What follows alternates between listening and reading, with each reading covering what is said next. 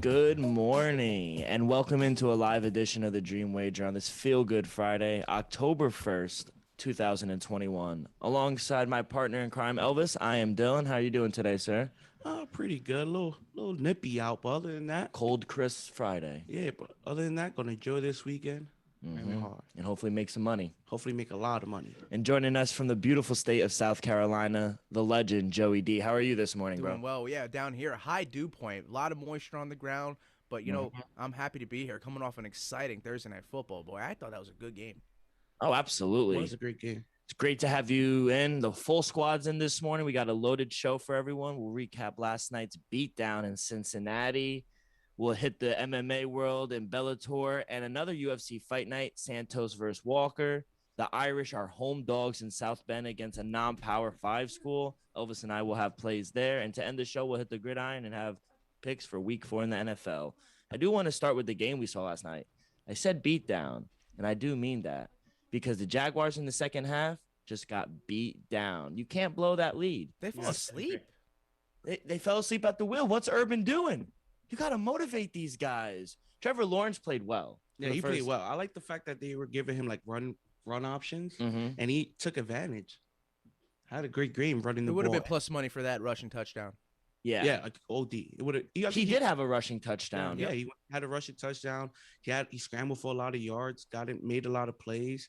I'll be honest. First half, he looked good. Yeah, he was 9 for 13, 127 passing yards, 26 rushing yards, and a rushing TD. Yeah. He almost had 2, but Yeah, they stopped him at the goal line. To me, that was the difference maker in the game. To me, if I was Urban, I would have kicked the field goal to send it to halftime. But That's hey, right, yeah. he chose to go for it. And look, They James were up Robinson had a- 14, and then I looked down, and all of a sudden, 13-14 right there before the half. And I think that stop at the goal line right before half gave Cincinnati a little momentum. yeah, if the whole crowd got back into it, I bet you it was even fans if they scored this touchdown, I'm out. Yeah. I guarantee it. I think Jacksonville, that's what I think they're thinking. You're right about that. Yeah. I thought the first half, Jacksonville was a little more quick. They played a little more loose. They're more of a first half team, and Yeah. Cincinnati isn't. Back-to-back weeks, they went up against the Cardinals. Now look, they went up against Cincinnati and choked 2 weeks in a row in the second half. Yeah. Come out First half, strong. and another person I think that had a huge game for Cincinnati was Logan Wilson. Oh He had my God. Yeah, he had 11 tackles. Didn't one CJ sack. Uzuma had 2 touchdowns on the offensive Yeah, the side? tight end. Yeah, the tight end. He had a hell of a game. Yeah. He had the game-winning like first down catch. Yeah. Hey. So He had a huge game. I hope somebody had him in fantasy. I bet you he had over 25 points. Yeah, I saw someone hit Action always posting their stuff, and I'm pretty sure someone had 2 touchdowns by CJ Uzuma, and who would have called that? But that was like plus 950, I it think. had to have That been. had to been Yeah. plus like 6,000. I just thought Two times. the Bengals they got away from what they did well. I think they tried to force passes in the first half. Like Tyler Boyd had a great game. Jamar Chase had another good game, but I thought they needed to run the ball with Joe Mixon a little more, and I think they got back to it in the second half. And once they put that extra lineman in, he started to burst open. He almost hit it. Yeah. Your prop, but Yeah, I ended up putting a same game parlay in. I had him to go everything hit besides him. I did alternate him plus only 70 yards. His over under was like 86. So I did 70 just to play it safe. Guess what? He got hurt. Ah. With like 4 minutes left, he was at 67 yards. He would have got the 70 easily. same game parlay will kill you. Yeah, I'm gonna start handing those out soon. I'm gonna start handing them Oh, out on Yeah. like standalone games like Thursday and Monday. Thursday, Mondays. And even maybe for the Jets game on 9:30 Sunday. Oh, in so London. London next How about week. that? Jaguar. No, that's their home field. Yeah, They we're- love the Jaguars. I don't know why. You know, I don't because it's the one time a year they make a whole thing of it. That's why. Yeah, Because they don't always come to the town. Jaguars. Yeah, they don't come to town often, like you said. And then when they do, everyone, all the Londoners are like, "Hey, let's celebrate it." You know, it's like Yeah. their own little Super Bowl in a sense. And I It's know fun. you mentioned. I'm sorry. I know you mentioned James Robinson. I think he's probably one of the best acquisitions that was undrafted out of Oh, that absolutely. 2020 draft. runs the ball hard, And he he's- could catch it. Yeah, he could catch it, he could pass block. I think he's a great guy, to be honest. But this is a good win for the Bengals. They're 3-1 now. No Lead one the really, division. Who would have thought that? but they got a tough schedule coming up. They got Packers home, then they got the Lions, then they got the Ravens, then they got the Jets, and then they The got Jets. the Browns and Raiders. So Tough sledding. tough sledding, and We're they've about to go only 2 and 4 real quick. and they've only played one division game. So Joe Burrow came out after. He said, "Hey, we're gonna play every game like it's a division game. Good attitude." And he even said, "He goes, we haven't been a first half team this whole year. We've been coming out slow, but once we're in halftime and we see that it's a close game, we start playing a little more loose, a little duck and deke, right?" And that's what I think they did in the second half. They just started checking down and getting good runs, and all the good running with Joe Mixon that sets up play action. You're gonna start stacking the box. Cool. Now we're gonna play action. Now you got Jamar Chase, Tyler Boyd, T. Higgins. Did the Jamar Chase prop hit for you, Elvis? I didn't take a Jamar Chase. Oh, okay. I remember you mentioning that he might because of the 4 consecutive touchdowns, but it didn't. Yeah, that's happen, why right? like that's why I said if I could find him not to score a touchdown, I You would would have hit it, and it would have hit. And it would have hit. He did hit mine. I had the longest reception for Jamar Chase, over 24.5. That hit. He also went over his receiving prop and receiving yards. So he did everything but get the touchdown. I pushed on the 45. That sucks. I finally got a push. Joey hit his parlay under 46 and Jaguars plus the points. Elvis lost the -4.5 and I lost the -7.5. So I went 1-1-1. Elvis went 0-1 and Joey went 1-0. So Joey, you have the best record now. You're 22-23. You're about to get above 500. Let's do it. Elvis, you're 14-18, and I'm 10-14-1. 10-14-1. I don't bet as many games as you guys. I've been like touching every game. Yeah, that's crazy. But let's segue to the Bellator fights that we got going on tonight. Joe, why don't you explain the event that we got and what you're taking? I think it's an exciting one. It's a rematch of that welterweight, championship match that we've had before because Douglas Lima took full advantage of Michael Page the first time they fought. He leg kicked him, swept him basically down to his feet, and did that uppercut and knocked Michael Venom Page out, MVP out, and we never seen that before. So for this Bellator 267, that's the pay-per-view that they're doing actually tonight on Showtime at 10 o'clock. You can catch it. That's the way too. And I am not touching the main card. I think they have an exciting preliminary card and a main card. And MVP also came out and said that, the branding of the UFC has been a lot stronger in the fact that they do like embeddeds and they do the behind-the-scenes work. If Bellator did that, I think they would have more eyes on the sport and the promotion itself because I think they deserve it. The fighters there are tremendous. I think they put on good events, and you never know what you're going to expect from them. So I think it would be cool to have a little more insight to these fighters' lives and their training. So to his point, I agree wholeheartedly. I think they need to do some, behind-the-scenes stuff. I don't know what they call it because, UFC has their embedded. So as long as they come up with a cool name, they could do that. I think it'll be good for the sport all as a whole. Why don't you think they do it? Maybe it's just, UFC has a lot of funding. There's a lot of money. They have a lot of employees. I think maybe it's just the ability to get those people out there and do it. But it doesn't hurt to maybe spend the money to make the money. Bellator can easily go ahead and do that. Scott Coker is well off. He's a great president, I think, for the sport, for the promotion. And I think they should just, go for it. If it does cost a little bit, it'll be all worth it at the end, I think. Yeah, I agree. Like I said, I'm not really touching the main card here. But, boy, that main event is one of the most exciting main events we're going to have in that sport and that promotion. I kind of don't know where to lean with this, but I'm taking a chance, man. I think Michael Venom Page is going to get his revenge here, and I think he's going to do it the same way Douglas Lima had done it the first time.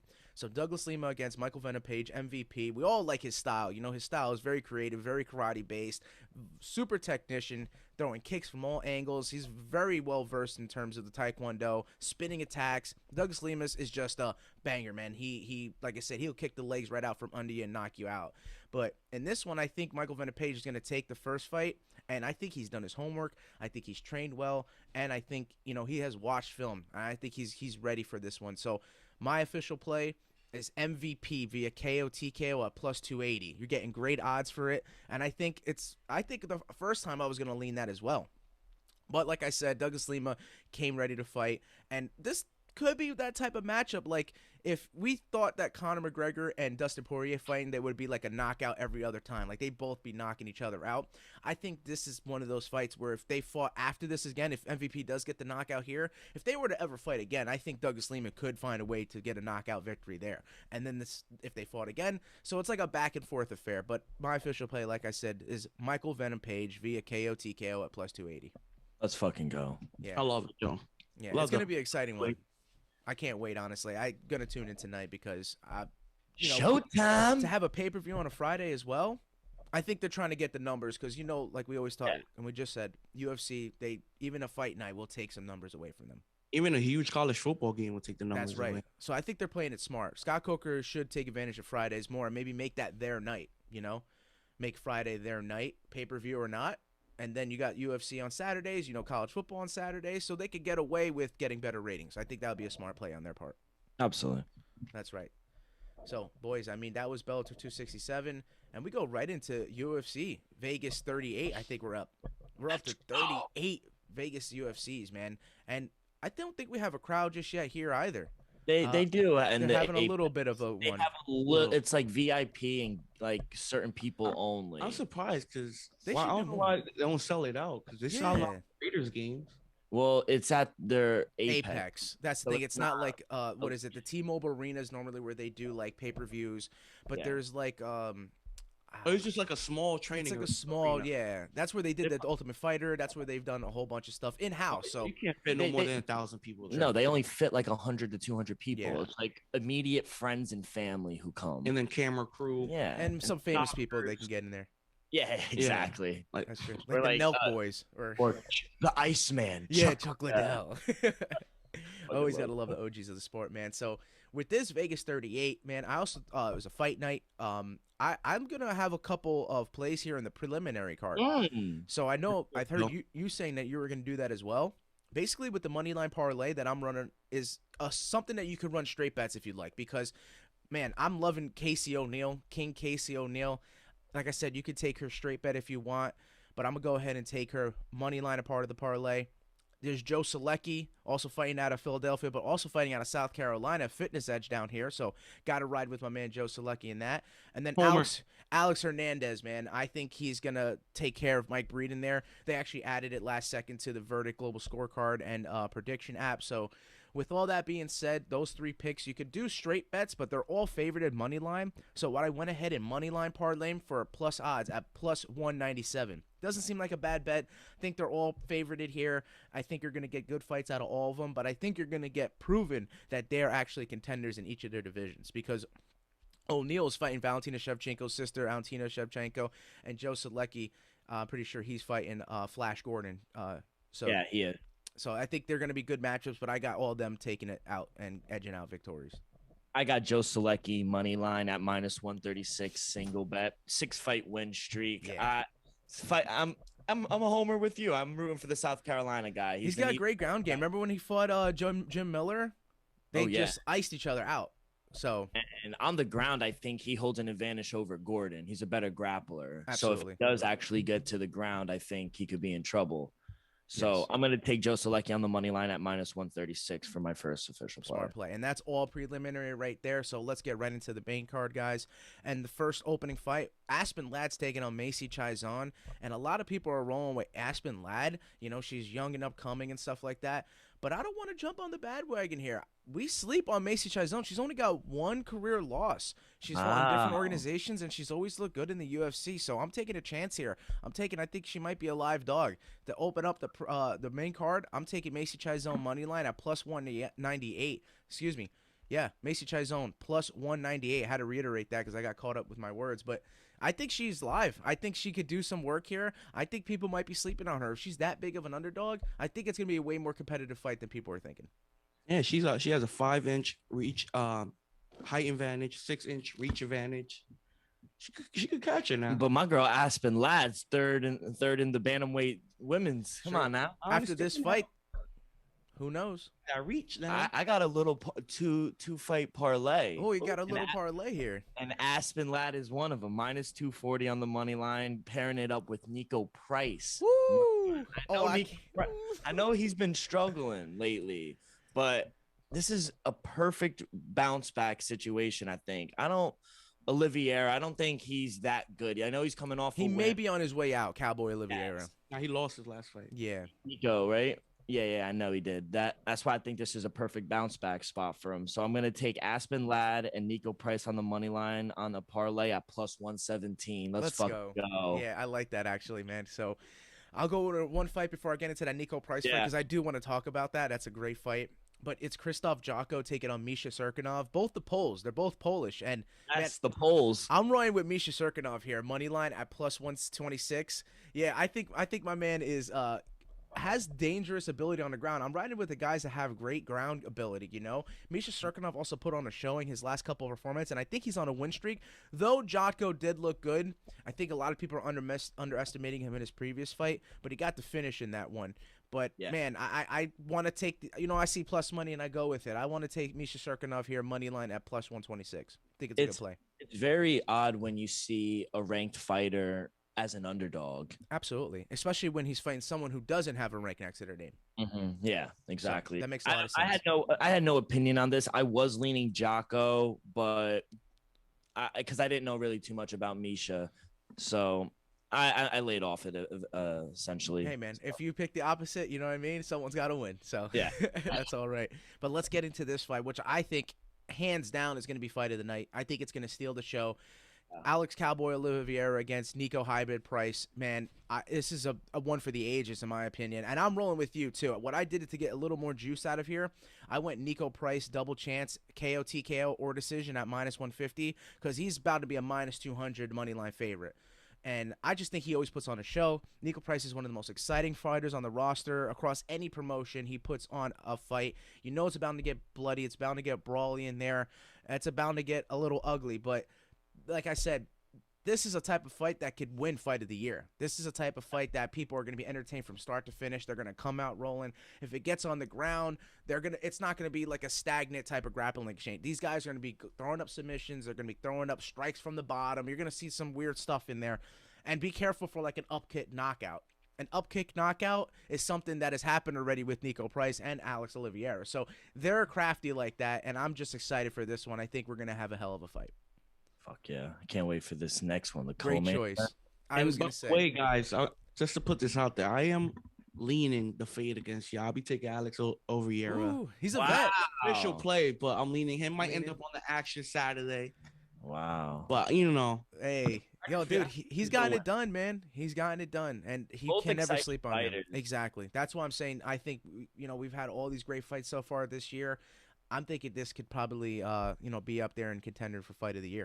And both coming off losses. I think they're Hungry.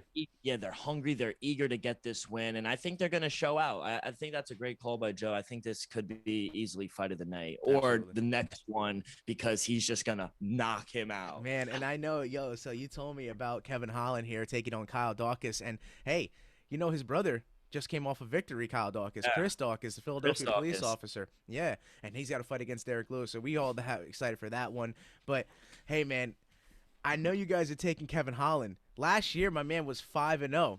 Fighter of the year, all Fighter that. of the- This year, he's 0-2. Yeah, So- I know.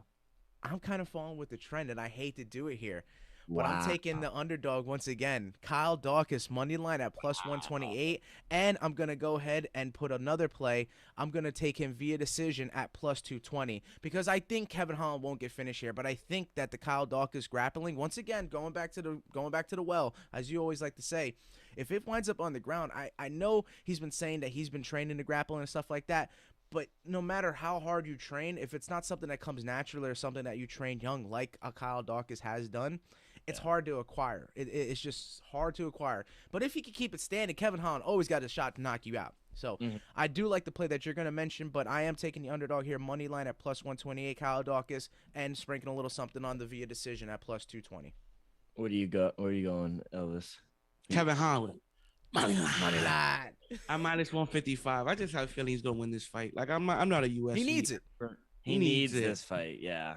And if I will sprinkle some on the knockout via knockout, but You're going to get Just- plus money there. yeah, play safe money line minus 155. Yeah, I'm taking Kevin Holland via KO, TKO at plus 230. I think just what Joe said, I am in a mode where I have to see it to believe it, where Kevin Holland said he's working on his ground game, but now you're actually going to get a true test because you know what Kyle Dawkins is going to do. He's going to try to take you down. 100%. But I think if he keeps his distance and the range, and like you said, I think if they stay on the feet, Kevin Holland always has a chance to knock you out. He has knockout power. He does.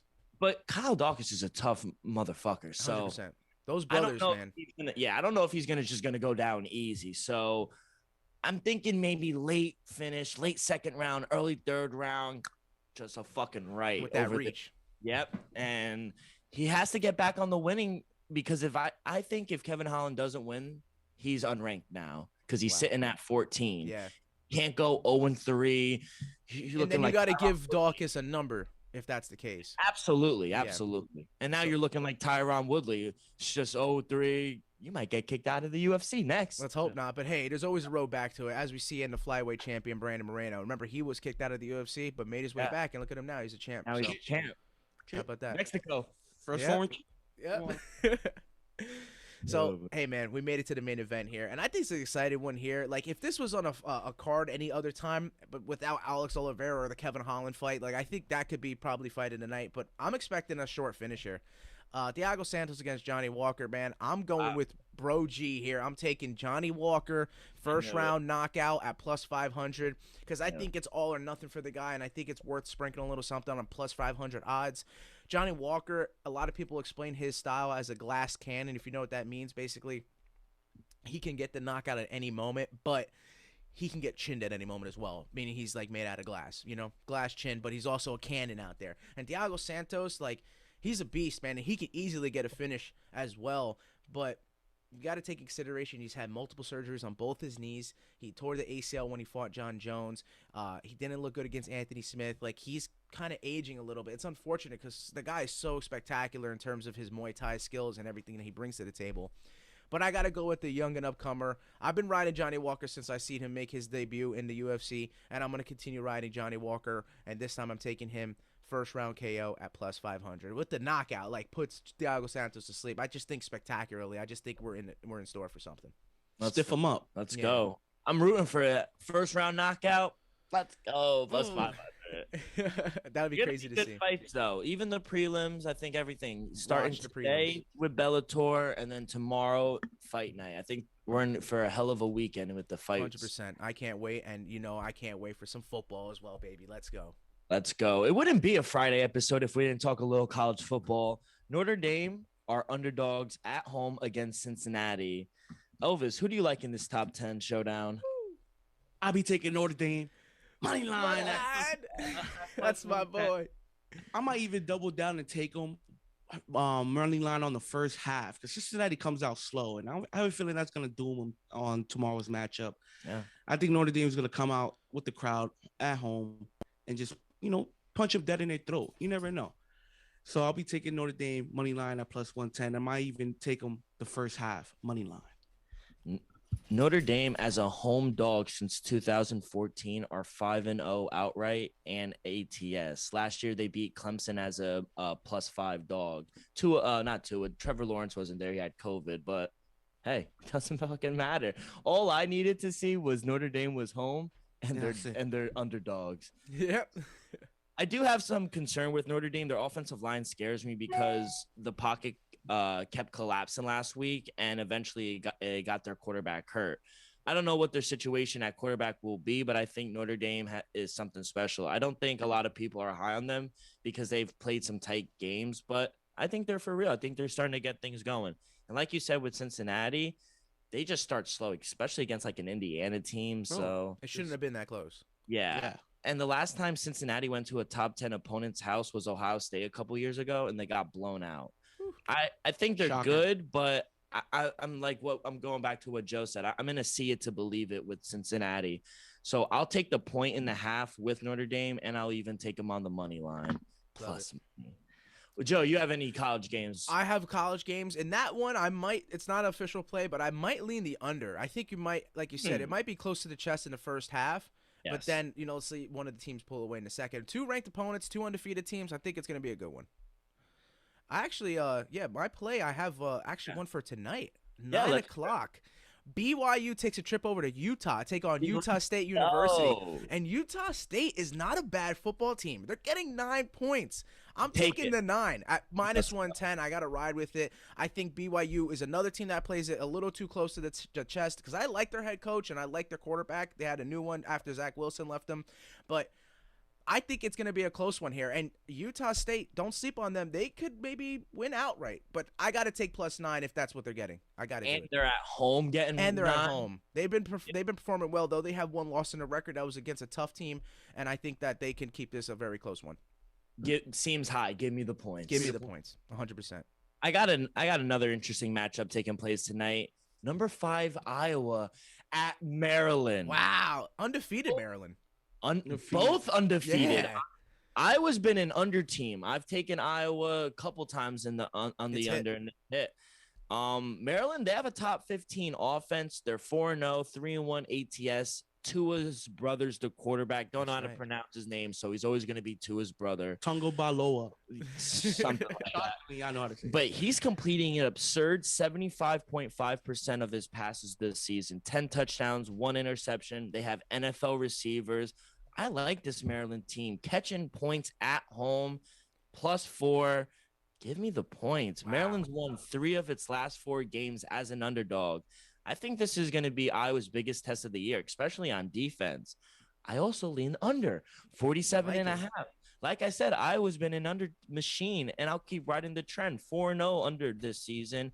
And Maryland's coach, Mike Lasky, is 9-5 to the under at home since taking over at Maryland. Not bad. Give me the under. Yeah. So there you go. We got plays for tonight. Anything else? I wouldn't shy away from money line, man. Maryland could find out coming out victorious on this one, go undefeated, and Iowa, they could get in a trap. It's happened before, and it can happen again. So I love that. Absolutely. Elvis, anything for you tonight in college? No. Not tonight, but yeah, we got some games tomorrow though.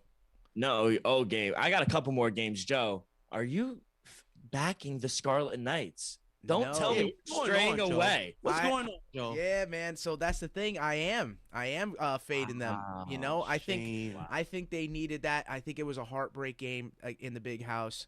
Though they're going back home, they're playing Ohio State, man. And I'm giving the points. Ohio State -15.5 at -110. I just think that if you look at the past 4 games that they've played together, Ohio State has blown them out by minimum 21 points. That's the past 3 years, and they've played every single year since then. And Rutgers, like I said, had heartbreak last game. And if they did come out victorious, I might have taken Rutgers with the points. But the fact is they had that heartbreak loss. Ohio State wants to still be competitive. They're a ranked team, and I just think that they kind of put everything out there, Rutgers, for last week, and they might not have enough left in the tank to face a very good Ohio State team. So Ohio State -15.5, that's my play. This is a different Rutgers team. You've alluded to it in the beginning of the year as well. This is not the same Rutgers team, and they're 4-0 ATS. That's they true. cover. They do cover. So, and that's a lot of points. Is a lot, and I'm taking a 9 from Utah State. So am I crazy? Yeah. I think I look at precedent, and that's why I really kind of rolled with it. And I guess I'm kind of like a little biased because I'm an Ohio State fan, and they've kind of struggled this year. Yeah. They're good, but to cover that big of a number, is it in Ohio? No, it's in New Jersey. 15 at home. I ain't gonna hold you. That's just a lot. It's gonna be a good game. It's gonna be a good game, hopefully. I want to see a good one. Talking about Michigan. Michigan hasn't won in Madison since 2001. They're in Madison right now. It doesn't make sense, and Wisconsin's the favorite. Wow. I don't know. I like Wisconsin's defense. They had 6 sacks last week against Notre Dame. Michigan's QB has struggled as well, especially last week in the second half against Rutgers. Wisconsin's record might not indicate the team that they are. 1-2. Absolutely. They're probably better than that. I like Wisconsin in the spot. I think the book is trying to tell us something here. The road team, which is Michigan, is undefeated and has 0 turnovers, are underdogs to a team at home with 2 losses and 9 turnovers. So something doesn't make sense. I like that. Give me Wisconsin. I think whatever Greg Schiano did at halftime and the adjustments Rutgers made is the key to stopping Michigan. They're going to sell out. They're going to make you throw the ball and put all your trust in the quarterback because Michigan wants to just run. And what does Wisconsin like to do? Stop the run. That's their forte. So I I think the book might be out on how to stop Michigan. The Rutgers outgained them in the second half, 230 total yards to just 43. If you can make Michigan throw the ball more and sell out on the run, I think Michigan will struggle on offense to score and move the ball downfield. Wisconsin's defense, no joke either. They only gave up 9 rushing yards in their loss to Notre Dame last week and only giving up 23 yards on the ground per game. They've only given up 4 touchdowns this whole year and 75 rushing yards. So their stats are indicating that they're better than their record shows. So it's a very interesting matchup, but I like Wisconsin at home. I think they play their best game to date in front of their home crowd, knock off the Wolverines, fuck them. Give them their first loss. Yep, Wisconsin, money line. Any more plays for you, Joe? Yeah, I actually have 2 more. I'll run through them real quick if you don't have any more. Yeah, I have 2 more as well. Perfect. All right, so 7:30 tomorrow night. Boston College is taking a trip down here to Clemson, and I'm taking the 15 that they're getting here. I know I'm all over the place, taking the 9, giving the 15, now taking the 15 here, but I think Boston College is actually a good team. Though they had a tough matchup against the SEC Missouri team, they came out victorious, so they're undefeated going into Clemson, going into Death Valley. I just think 15 for a team like that is a lot. I know you said Rutgers is like a better, ball club than what they're indicating as well. Same thing with Wisconsin, but I went with precedent here, and Boston College has kept games in the ACC between a touchdown to score. So field goal game, point game, Boston College is a tough out, as opposed to, like I said, the past 4 matchups prior, Ohio State's been blowing Rutgers out. So I will be taking Boston College plus 15 at minus 112. And I'm on that side as well. I liked it at, would you get it at 15? Yeah, just even 15. Yeah, I like it at 15 and a half. I think it's down to about 14 and a half. But Clemson hasn't been able to cover the spread. They're like 1-3 against the spread, right? Yeah, 1-3. Yeah, I think so. And they're done. They're eliminated from the playoffs. They're not it. So yeah, Trevor Lawrence was the key. I'm telling you, Dabo, he talks too much. That's neither here or there. I'm gonna go to the number 1 team in the country, taking on Ole Miss at home. 2 Heisman favorite candidates in Corral and Bryce Young. I think Corral might be the best SEC quarterback. I'm not going to lie. Lane Kiffin, he's going to play his former boss, Nick Saban. He's going to air it out now. Oh, my. The total is 80, boys. It's the highest total of the season, the highest total in SEC conference game in the last 20 years. Under. You think? Under. 80's high. 80's high. Yeah, 80's high points. But last time they played, they scored on, I think it was like 130 total points last time they played. So Alabama, they're 3-0 ATS at home versus top 25 teams last year. Nick Saban is 23-0 straight up and 14-9 ATS at Alabama against former assistants. The number has come down. I don't think it gets to 14, but I'm going to ride with the Crimson Tide. There's so many people that are going to be on Ole Miss. They're a big underdog on their first true road game of the year against the best team in college football. If you're okay with that, go ahead and take the Rebels. But I just can't do it. I just think Alabama, with time to prepare, has heard all the hype about Lane Kiffin, how he's going to air the ball out. And I think Nick Saban's going to have these boys prepared. I trust Bama to cover this big number. So I'm going to lay the 14.5 with Bama. Another 2 undefeated programs right now. Yep. And you have one more game, go. I think this one is on ABC. I think it's going to be I think they're doing a game of the night on Saturday. We got 9 o'clock Auburn taking a trip to another Death Valley, taking on LSU. And Bo Nix, he's got to come to play, man. He's got to show, I'm going to take Auburn because I'm rolling with Elvis and his over and the wins and stuff like that. They're underdogs right now. Auburn money line at plus 150. Let's go. Holy shit. I'm under them. I don't think. But are they in Alabama and Auburn, or they're on the road? They're in Death Valley in Louisiana. That's the one thing. That's the one criticism. It's a hard place to play. That, and when we interviewed Jay Crane from the Volume Sports, he was saying how that's the one thing, one stigma against Bo Nix. He has all the potential, but when he's on the road, he struggles. He needs this one, and I'm kind of just hoping because I think it's a better team. I think Auburn, as a whole, and the quarterback, they're just better than LSU. Both had the same record, but let's see, War Eagle. And the last game I'm going to do is late game on the West Coast Pac-12 matchup. Arizona State going to UCLA. UCLA, they're 3-1 ATS. This number in the game has come down because the uncertainty of the quarterback at UCLA. I think he's gonna play. Even if he doesn't, I still think their backup is capable of getting the job done. Plus, the way they've been able to run the ball this year, they've been pretty impressive. I think their win last week against Stanford really got them on the right track after losing a tough game in Fresno State where they could have won. And with Arizona State, I don't really know who they are. Like, they haven't been too impressive in their wins. They've been very close games. So They're ranked high. yeah, 20th the Bruins. So Herm Edwards, I don't know. I think he's a good coach, but I think they're a couple years away. I like the Bruins in this spot. Plus, they've had a lot of success against ASU in recent years. Hey, they beat LSU. Yep. So I'll lay the -3 with UCLA for my final play. Right on. I think we're in store for a great college football weekend. I also have 4 leans.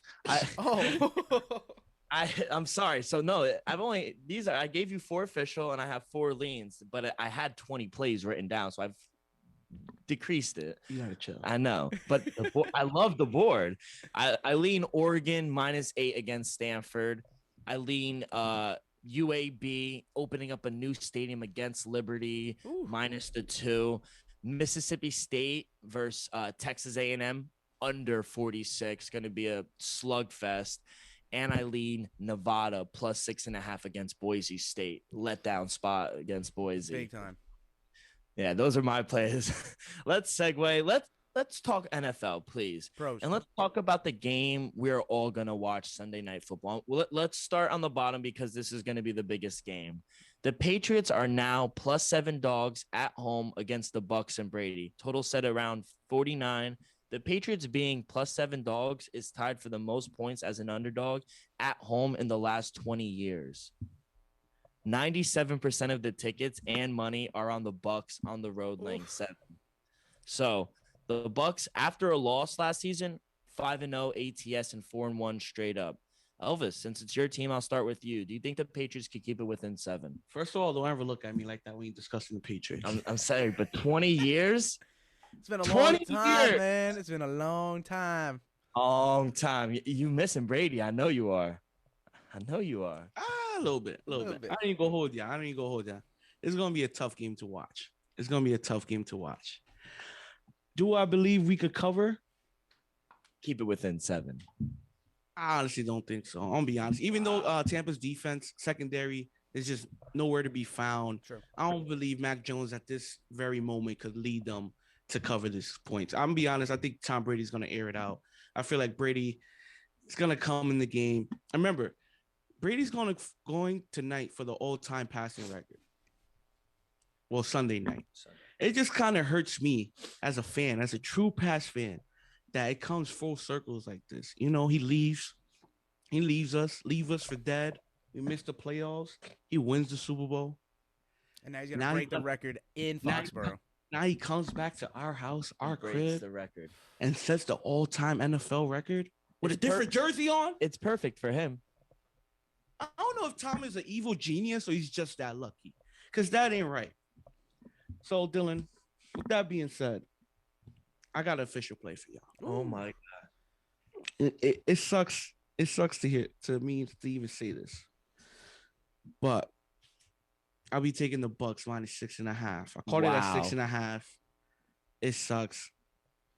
Like you said, Tom Brady just doesn't lose after a loss. Yeah. And he doesn't lose in Foxborough. And he does. Yo, Joey, relax. Relax over there, kid. I know this is a tough matchup. I know y'all love seeing me like this. It's okay. Yeah, I'm gonna get the last laugh. Don't worry. I'm gonna get the last laugh. I've been laughing at my team since I was born. You don't got to say anything. Is there a chance yet, Dylan? Because at the end of the day, Dak Prescott threw for 400 yards week 1. Yep. Matt Ryan threw for over 300, and last week Stafford could have threw for 500. Their secondary is awful. Secondary is horrible. So could I see it possibly? Yeah. Is it likely? No. Mac Jones breakout game? I think That ain't gonna happen, man. Joe. I'm thinking it's going to be kind of close because I had an alternate spread this game, man. I think that they'll be able to cover 9, but something's telling me that Bill Belichick's going to have a good game plan. I know that we're going to probably keep it tight package. They're not going to have Mac Jones kind of carry the load here. I think they're going to try to utilize a lot of running. They're going to try to keep the defense off the field. You can't run the ball on this Tampa defense. You got to have to air it out.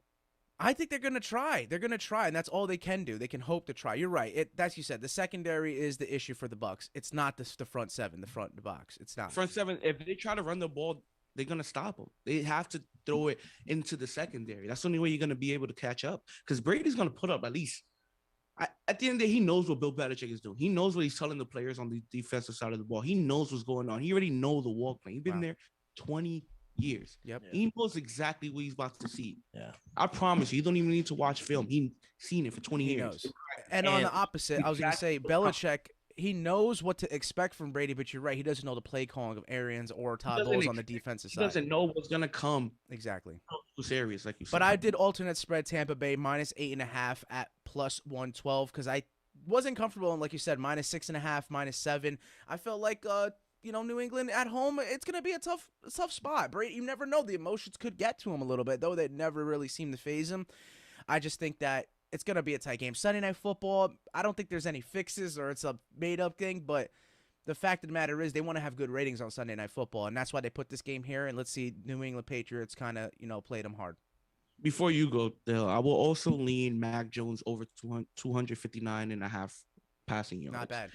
Just because those stats I threw out between Dak Prescott, Matt Ryan, and Matt Stafford, that secondary is just not it.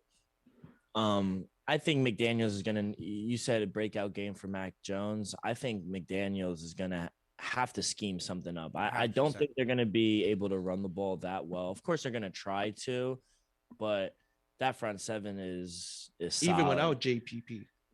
The success is out on the book on success to beat the Bucs is to air it out. You saw what Matthew Stafford did. You saw what Dallas did. If you have good receivers and you have a good quarterback, just let it loose. You saw what the Falcons did that third quarter. They came back. They came back. Ultimately, they wound up turning the ball over a couple times, but they were in the game. Yeah.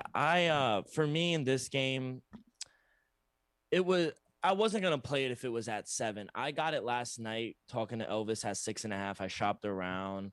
So I am going to be on the Bucs -6.5. I also played them in a couple teasers to get the number down, but I don't like it at 7. I don't know if New England is that good. Since Brady has left, they're just 8-11 as well as 8-11 ATS.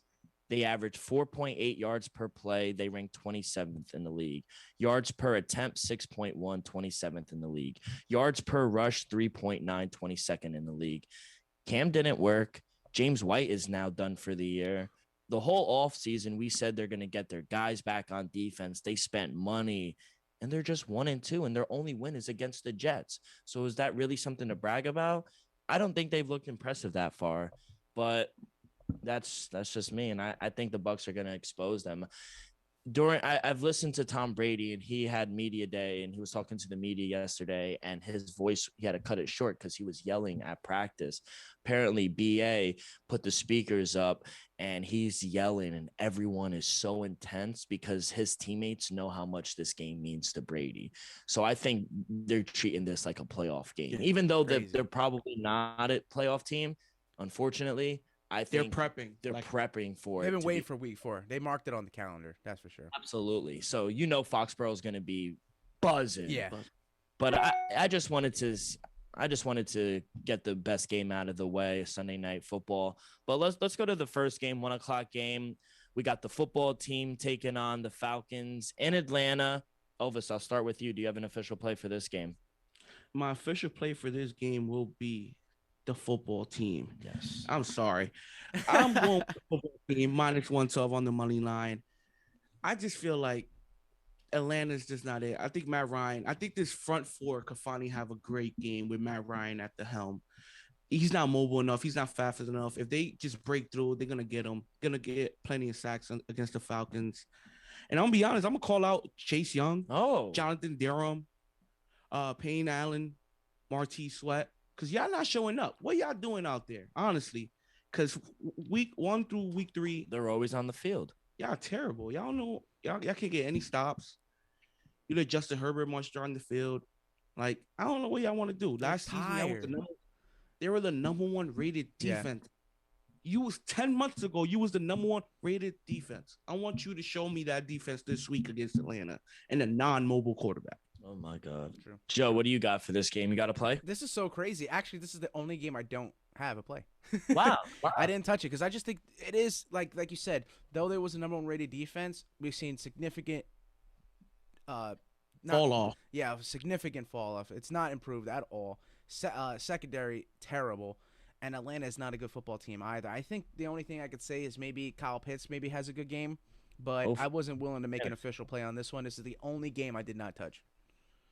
So I am going to touch it.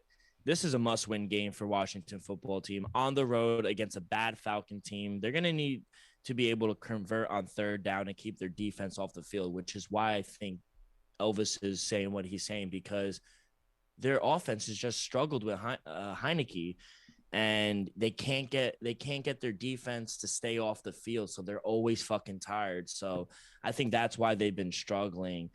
And I think their offense has been so bad. They just can't convert on third downs. I think they're throwing the ball in the bad spots. Heineke, they're not able. They need to if it's magic. Yeah, they need if it's magic. And their other wide receiver wasn't playing. Curtis Samuel was out for a while too, so that hurts them. So they're kind of one-dimensional with just McLaurin, even though he is special. I just think the Falcons are a rebuilding team, and I don't think they have enough pieces to beat this Washington team. Take the football team on the money line, -124. Not bad. Go to the second game. Detroit Lions go into Soldier Field. Might not be Soldier Field anymore. They're moving, but yeah, Bears moving. And so let's start with you, Joe. Bears laying 3, total at 41.5. Where you going? Man, I think I got kind of screwed last week with Detroit against the Ravens game, because I was seeing that to be an over game, because every game that Detroit has played besides that has been over. And I had high expectations for Justin Fields last week as well, but I think at home, I like that. I like Shoulder Field. I thought that was a beautiful stadium built into the cliffs over there at Lake Michigan. I think I'm going over here. Over 41.5 at -116. I think we're going to get a high-scoring affair. I think we got to see Justin Fields kind of show himself. And Detroit can score points now. It's just that their defense lets up a lot of points. So that's what I'm seeing. I'm seeing that these teams kind of get on the board. So it was only at 41.5, and that's what I'm taking it over. Elvis, where are you going? I know this ain't going to be a popular game for most fans. No. But if you like gritty, low-scoring games, this is it. Oh. I do expect the Lions to cover the +3, so I'll be taking the points. Officially, Lions +3. I will lean under 41.5, but my official play is the +3. I just feel like Justin Fields is not ready to start yet, and I feel like this Lions defense is gonna come at him. I feel like they're gonna blitz him. But you saw what the kid did last week; it looked terrible. Rough. So I just don't. I still that was like against the dog pound though. Yeah, but Lions, they got something to show for. They're gonna bite kneecaps. They're gonna do it all. So at the end of the day, I just feel like Justin Fields ain't ready. Just not yet. I like the kid. I like the future, but right now I think it's a tough spot. So I will take Detroit +3. You saw what last week? They almost beat the Ravens outright. If it wasn't for the longest kick in NFL history. Wow, true. Yeah. So I'll take them +3 just to play it safe. I will even lean on the money line. But give me the point. I hate to go too in depth. I hate to cut you off, but like, do you think Nagy is kind of like spiteful in the sense that he might be not setting Justin Fields up for success, or is it just what it is right now? Like you said, Justin Fields isn't ready. I don't know. I just feel like he wants to what's best for Justin Fields. Because remember, Matt Nagy was there when Patrick Mahomes sat behind Alex Smith for the whole season. So I think that was his initial goal, to have Andy Dalton play the whole season and have Justin Fields sit behind. But, due to injuries, you got to throw him in. That's true. I'm out on Matt Nagy. He's done. Yeah. Fire him. He's on the hot seat. He needs to go. He is on the hot seat. He keeps saying, "Oh, all 3 quarterbacks are in competition." We're in week 4. Who's the third? Nick Foles, Big Dick Nick. He won a Super Bowl. Yeah, come on now. Honest, Nick Foles led him to the playoffs last season. That's what I'm saying. They were 0-3. Then Nick Foles won like 6 in a row. He should have already been in the equation. Where was he in the preseason and such? Hurt. Nagy don't know what he's doing. Now he doesn't know what he's doing. So with that, not an official play, but I do think the Lions are a live dog. Think they could get their first win. Yep. Let's go to MetLife. Tennessee's coming to Jersey, laying 6.5, total at 44.5. Joe, where you going? -6.5 Tennessee at -112. I don't think there's much to say. Yeah. Yeah.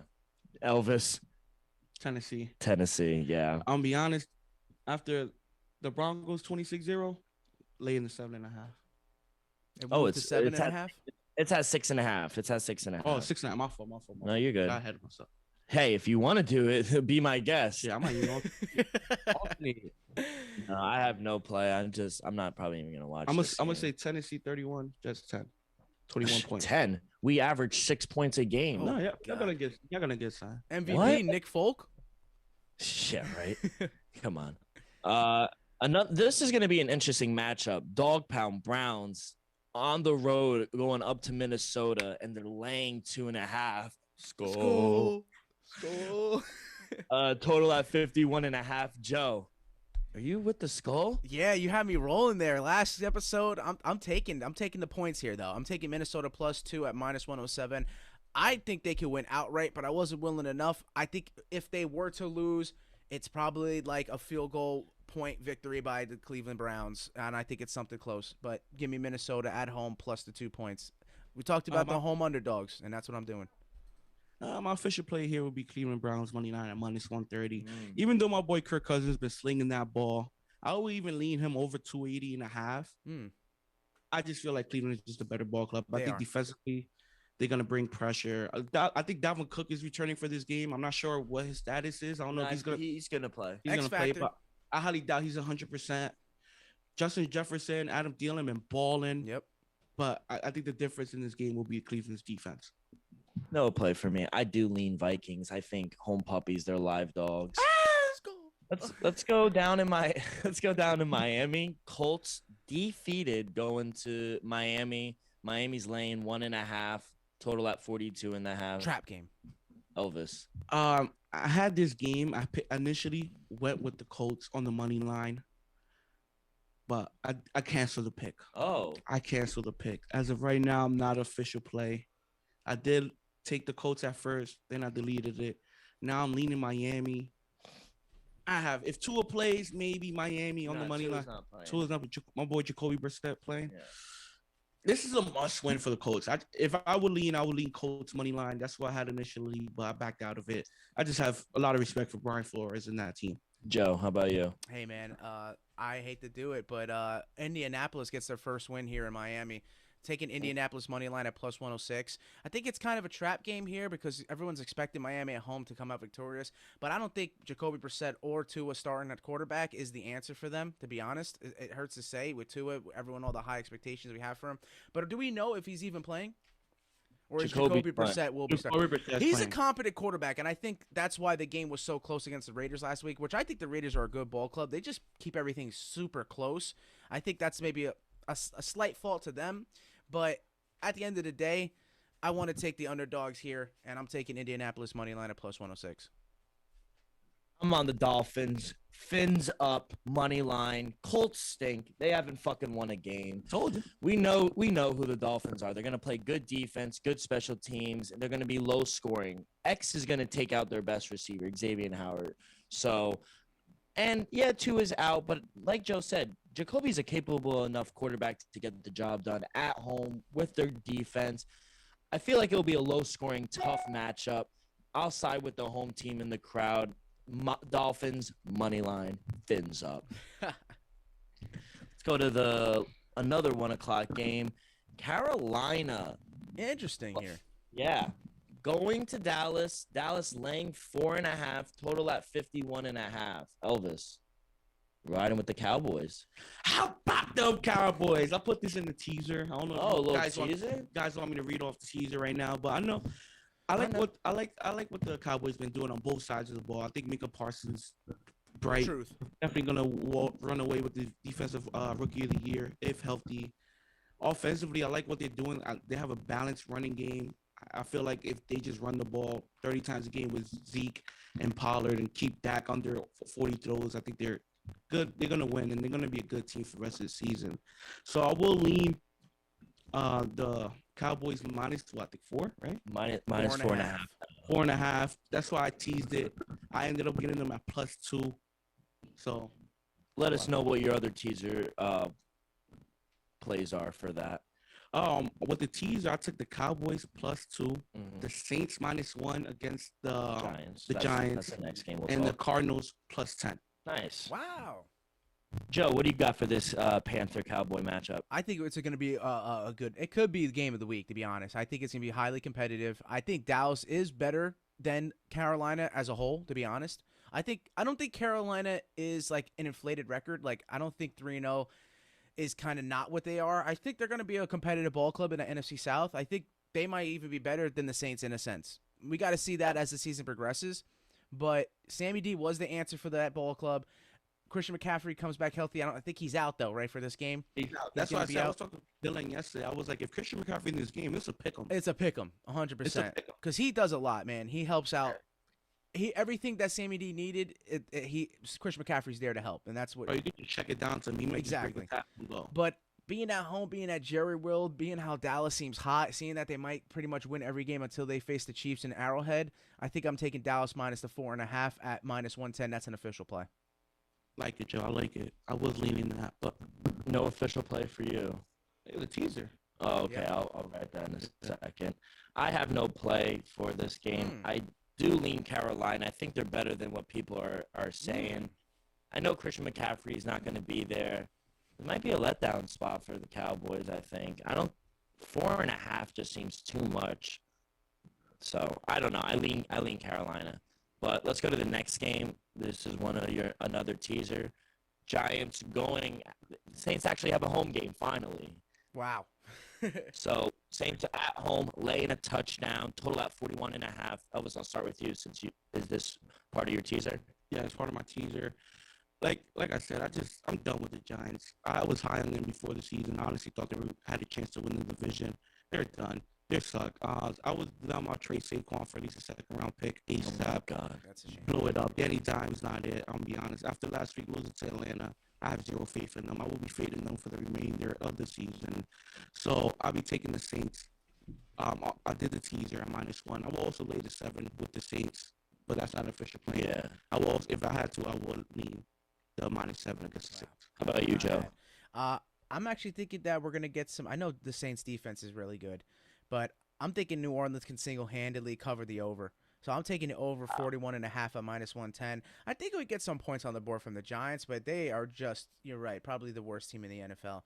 I think, they're going to get the number 1 pick. Something's telling me. I think that Jacksonville's going to find some wins. I think the Jets may find a win here and there. I think Giants have a chance. Yeah, I think the Giants might be like first or second pick next year. And there you go. What you said, they might have to trade Saquon. They might have to blow it up and try to get a whole fresh start. So, but I will be taking the over 41.5 as an official play because I think New Orleans could do it single-handedly. Maybe I should have taken just the team total, but I went as the full game just to see if we can have some hope. No, good, but I love it. I'm an over guy. Yeah, I'm in alliance with you guys. Saints, great defense. But laying a big number. This is the NFL. I love Elvis teasing the number down. I don't know if I'd lay the 7, even how bad the Giants are, but I would disagree. I don't think the Giants are the worst team. I think the Jets are the worst team. But they're not far off. They might not be far off, but I still think there's more hope and potential for the Giants than they have more pieces. No, they do, but There's no excuse for them to be 0-3. They have weapons. They have a quarterback. They have a running back. They have their coach. With the Jets, new coordinators, new coach, a 19, 20-year-old rookie who wears fucking headbands. So there's a little grace period for the Jets. Like, we expect them to be bad. We didn't expect the Giants to be this bad. But I think here it is. The thing is, if the Giants and the Jets play each other, somehow the Giants would blow the Jets out. I know. I have a feeling somehow the Giants will find a way to lose the game. I think the Jets will win. In every game. Yeah. I get that. Same reason they were up 14 and they found a way to lose last. Snoopy Bowl. Yeah. Like, I don't. Jets home in that. Or one time you wouldn't be. Yeah, they couldn't do that. All right, let's go to this next 1 o'clock game. Kansas City going to Philly. Kansas City laying 7. Total at 54.5. Joe, I'll start with you this one. I took Philadelphia plus 7.5 in this spot. Kansas City has not covered at all this year. And they're what are they? They're 1-2 in September. Meanwhile, before that, Patrick Mahomes was undefeated, right? Also against the spread, everything. It is just a total role reversal. So I'm gonna continue with the trend. I think Philadelphia is gonna be competitive in this spot, and at plus 7.5, that's a lot of points at home. City of Brotherly Love, always a rowdy crowd. Gotta take it. Philadelphia plus 7.5 and minus 117. Right?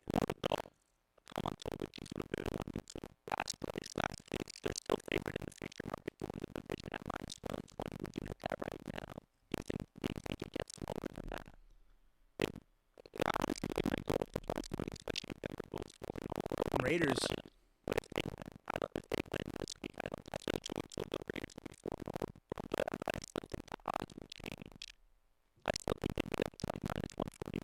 It's going to increase, yeah. Really? Wow. And it's minus money.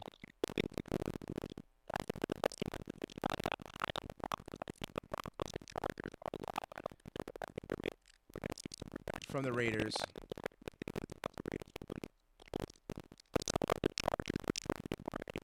Last year. They were should have made the playoffs if they won all their close games last year.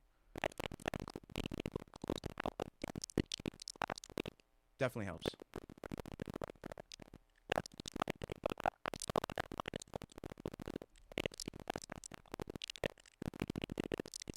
Minus, yeah.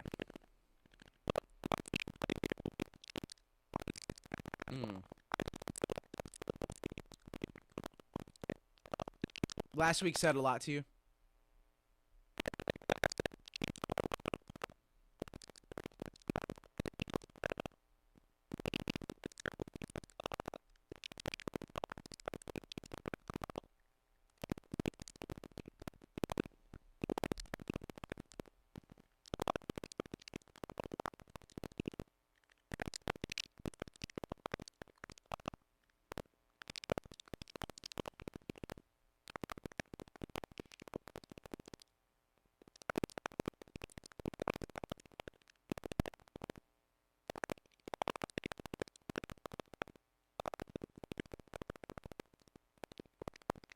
They're right there.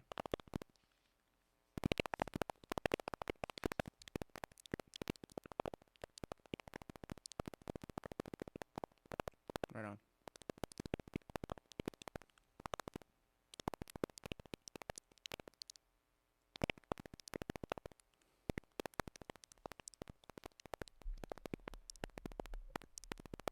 Wow.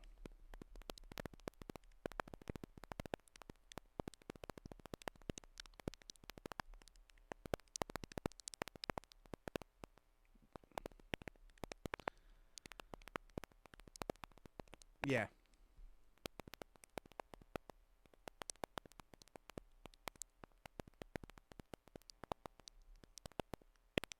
Shootout after shootout. Yep.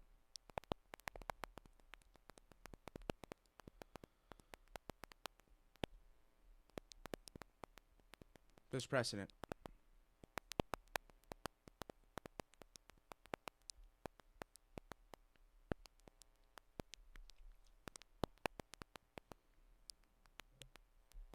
Oh my God. No way in hell. Houston plus 16.5. It's the NFL. Houston might as well, yeah, 17.5. Let's do it. The number keeps going up. I think it's not that we're sleeping on Houston. Obviously, we're not. I had them not even winning a football game this year, but it's how good Buffalo is. That's what it is. And I still think it's the NFL. Any given Sunday, any team can win. I think Houston doesn't have a shot in hell to win this game, but 16.5, 17.5, that's a ton of points. Buffalo, I think, wins by 14. I think it's like a 2-touchdown game, but it's like maybe they only need to score 17 points and they win 17-0 at home. You know, they kind of take a bye week in a sense. So, got to take the 16.5, 17.5.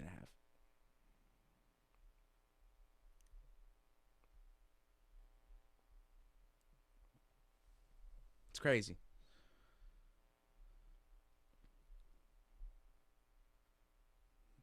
Davis Mills. The neck.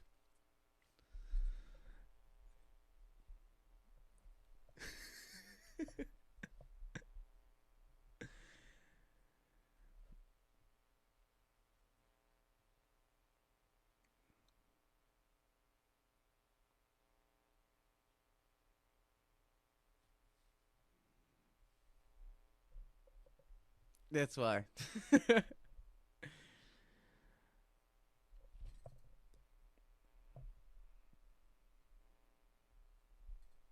Just take the 23.5. Oh man, that's got to be a lock. Sick.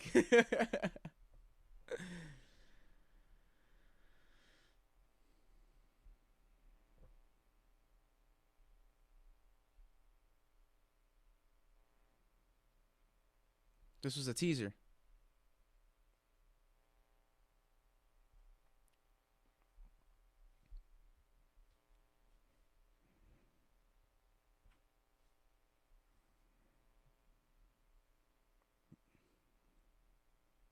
Don't.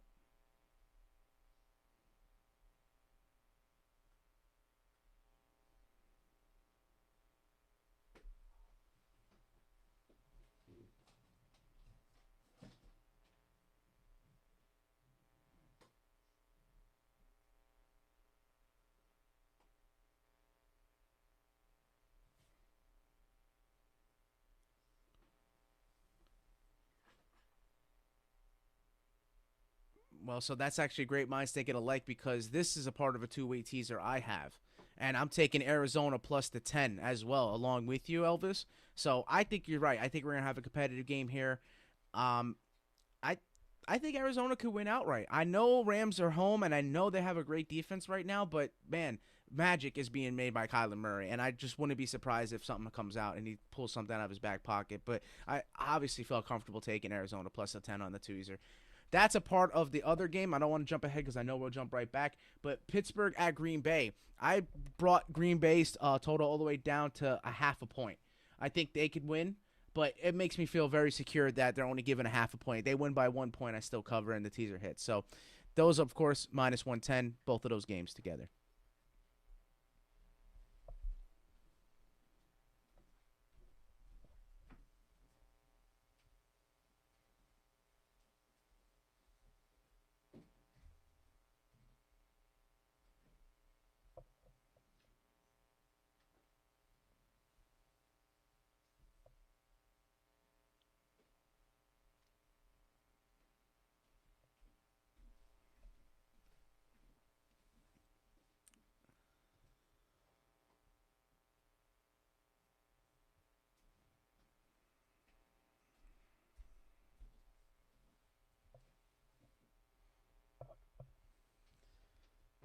Did Sean Jackson's a legend.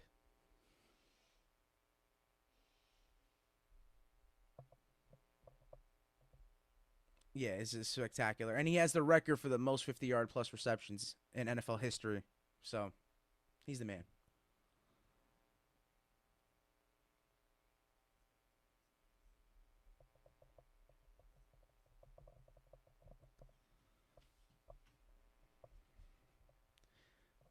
Hey, man, I think we have a lot of good games. I think this is going to be another entertaining club. You know, I got to take Seattle Seahawks money line at plus 125, win the game outright. Uh, You know, that's just a shot, but I got to take a shot in the dark here, and I've got to go with my team.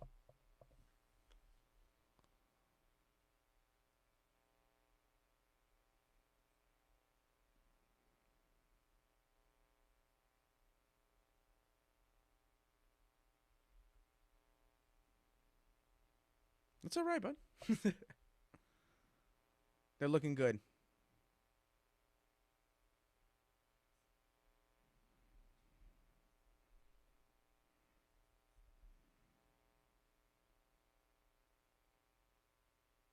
And on the road, they're looking good. Better than at home.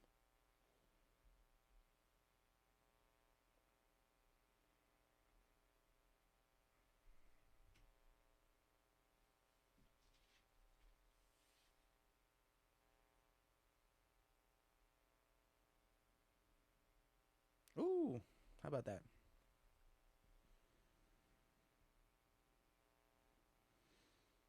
Ooh.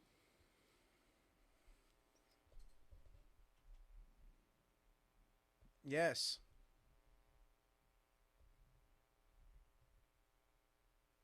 Riding the Broncos. Ride that pony.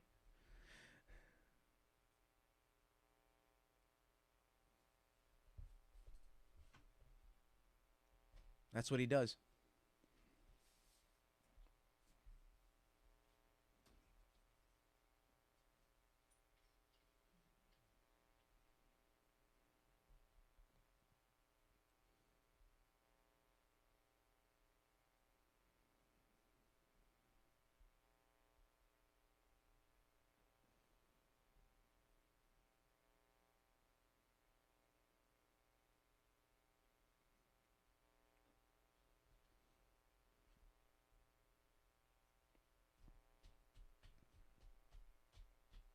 Oh, you got Baltimore?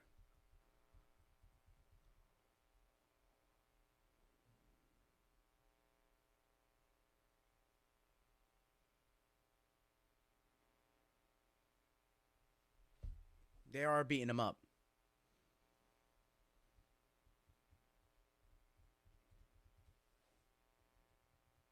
They're legit.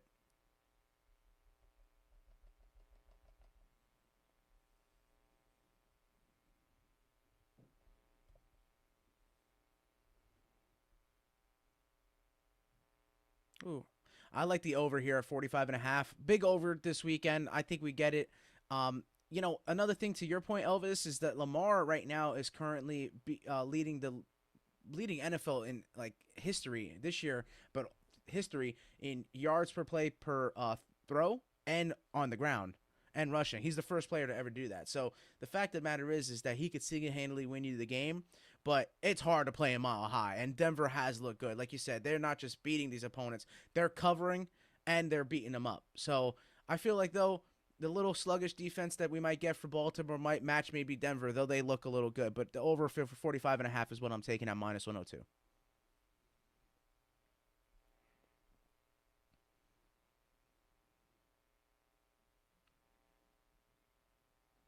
You already know my teaser there.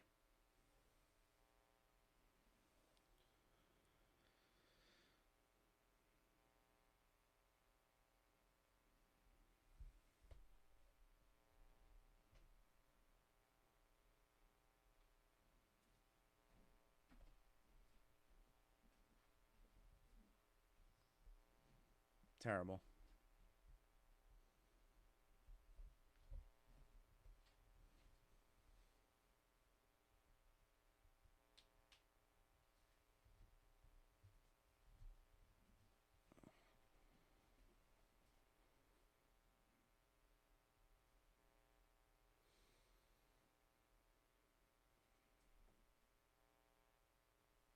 Yeah.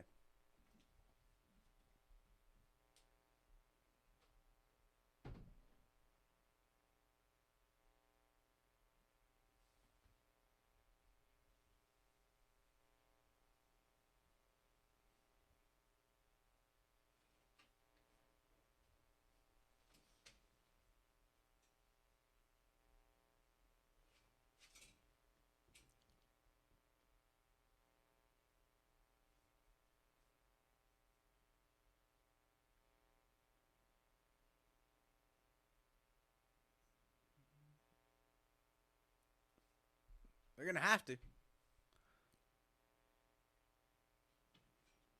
Woo!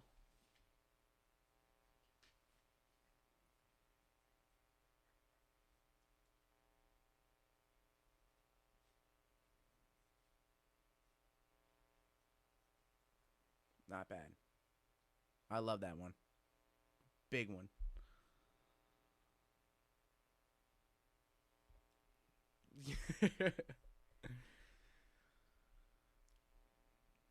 Gotta love it.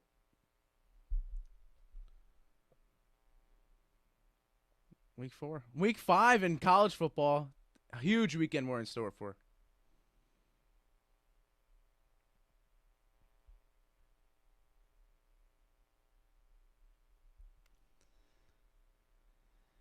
Yes.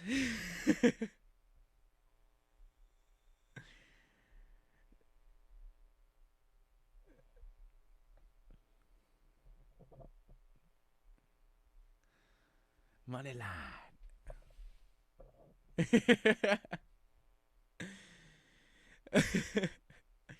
I actually am excited to get back into playoff baseball, so I can't wait for Monday's show.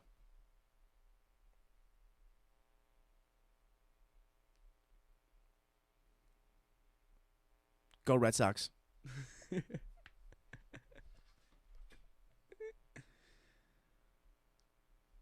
Yeah, Holly and Paiva. Holly and Paiva. Yeah, that's a tough one. You got to put a number next to his name. But here's the thing about him is that once he gets a number next to his name, I think he can get any fight he wants. Oh, 100%. Yeah, badass. What a badass.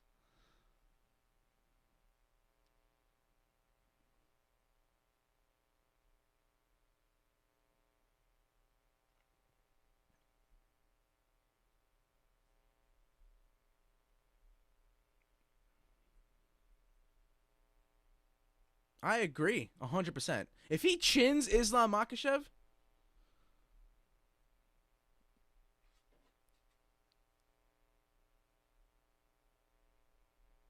whoever comes out victorious of that title fight, because Dustin deserves the shot.